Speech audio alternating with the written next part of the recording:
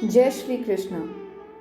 आज हम आपको ठाकुर जी की एक ऐसी कथा सुनाने जा रहे हैं जो उनकी बाल हट से जुड़ी हुई है, जब वो अपनी मैया से शादी करवाने की हट करते हैं।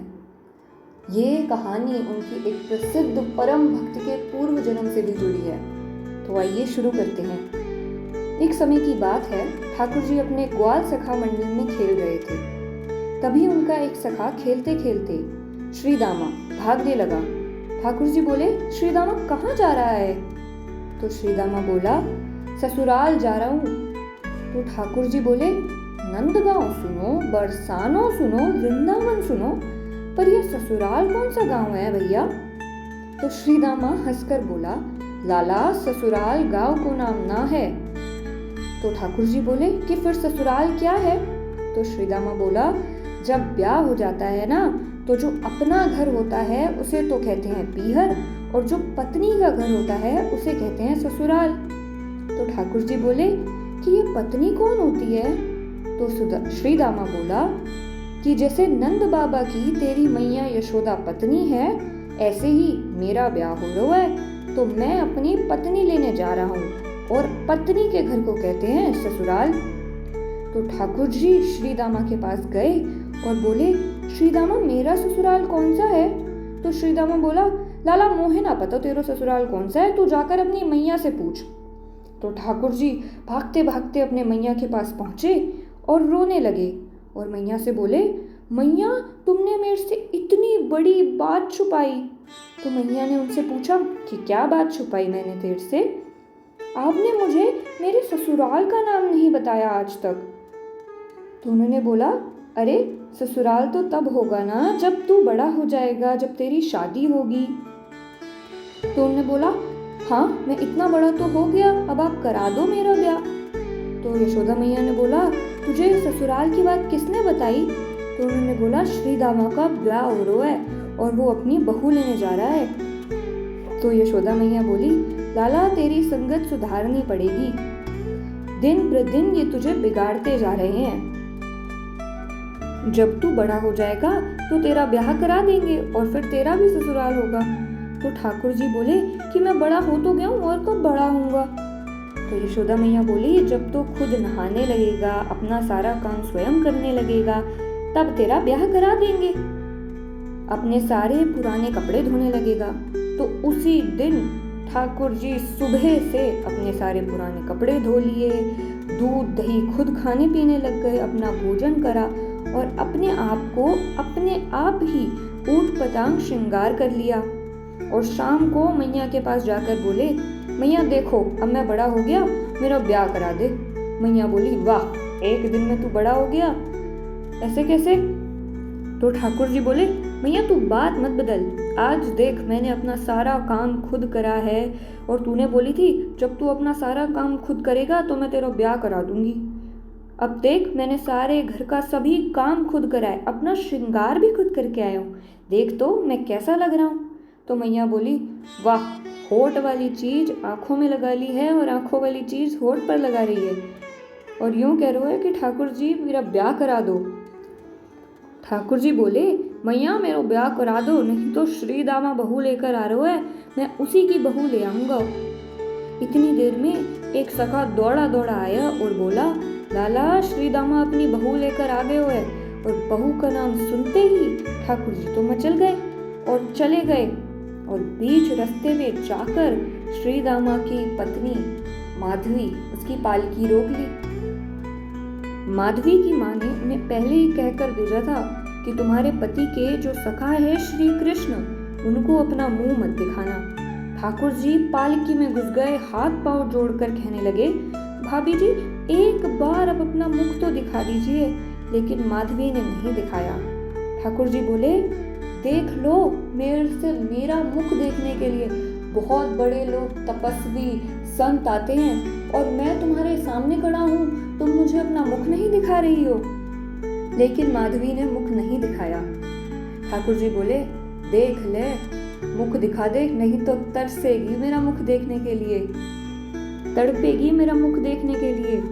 तो माधवी बोली, मोहे नो तड़पनो, मेरे पास तो मेरा पति है, मैं उसी को देख लूंगी, तुम्हें क्यों देखूं? तो ठाकुर जी बोले, वचन देकर जा रहा हूं मैं, तड़पेगी। जैसे बड़े लोग छोटे बच्चों की बातों को मजाक में लेते हैं, ऐसे ही माधवी ने भी ठाकुर जी की बातों को मजाक में ले लिया और देखा ही नहीं ठाकुर जी को। श्री शुक वर्णन करते हैं कि वृंदावन में कैसी स्थिति है।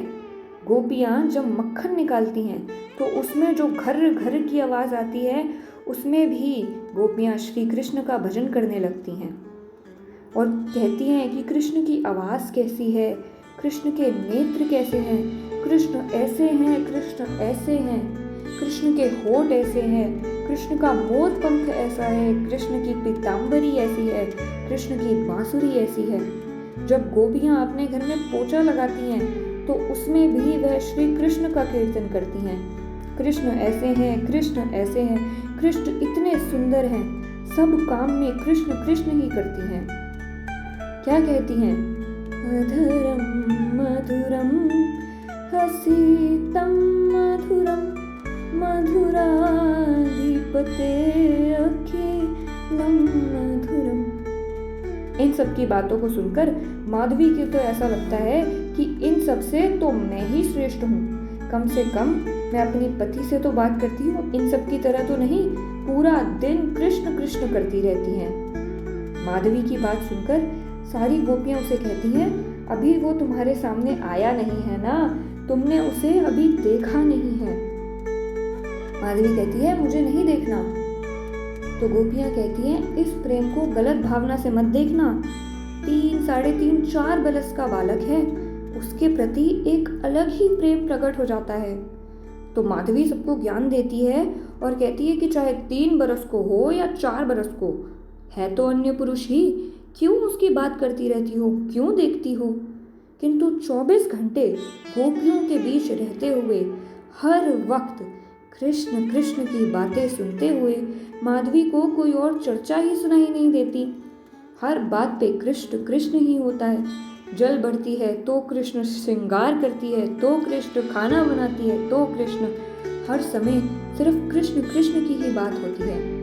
माधवी ने कुछ समय अकेले रहने का भी सोचा, लेकिन अकेले कहाँ रहा जाता है, कितना जंगल है, अकेले कैसे रहती। रात्रि को सोती है तो कानों में कृष्ण कृष्ण गूंजने लगता है, तो कान बंद कर लेती है और सोचने लगती है, पूरा दिन इतना कृष्ण कृष्ण नाम सुनती हूँ कि अब तो कानों में भी यही गूंजने लगा है।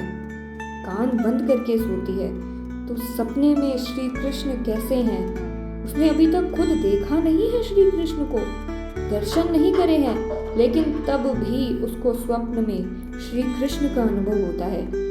कृष्ण का श्याम वर्ण ऐसा है, पीली पीताम्बरी पहने हुए हैं, हाथ में बंसी, सर पे मोर मुकुट, कमल नैनी, मंद मंद मुस्कुरा रहे हैं और कहती है कि मैं ये सब देखना नहीं चाहती हूँ, मुझे ये सब ना आए सपन में। लेकिन क्या करे, धीरे धीरे माधवी की स्थिति ऐसे होने लगी है, अब वह ना चाह कर भी कृष्णमयी ही हो गई है। रात को सोती है और अचानक ऐसा प्रतीत होता है कि जैसे उसका हाथ पकड़ लिया हो।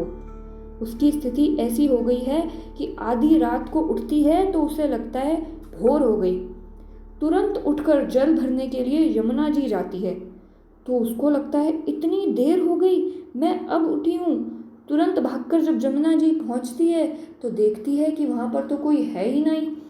तो उसको ऐसा लगता है कि सारी सखियाँ, सारी गोपियाँ जल भरकर चली गई और वह देरी से पहुंची है।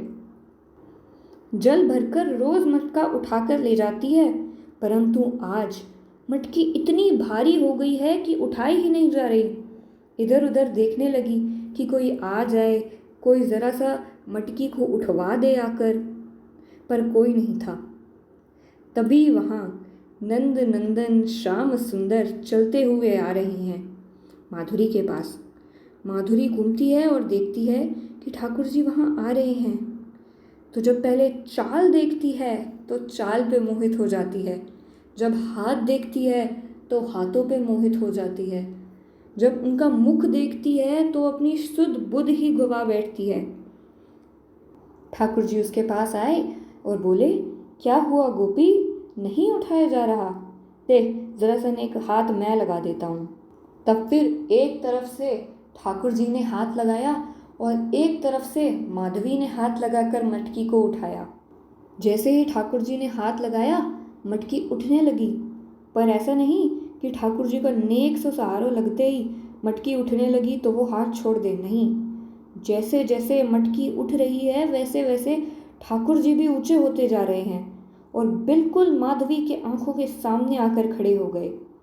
कोई और गोपी तो सह नहीं पाती, माधवी तो बिल्कुल प्रत्यक्ष ठाकुर जी को देख रही है। एक क्षण के लिए ठाकुर जी के वो मधुर दर्शन जो माधवी ने अनुभव करे, उसके बाद तो ठाकुर जी खलखल करते हुए भाग गए।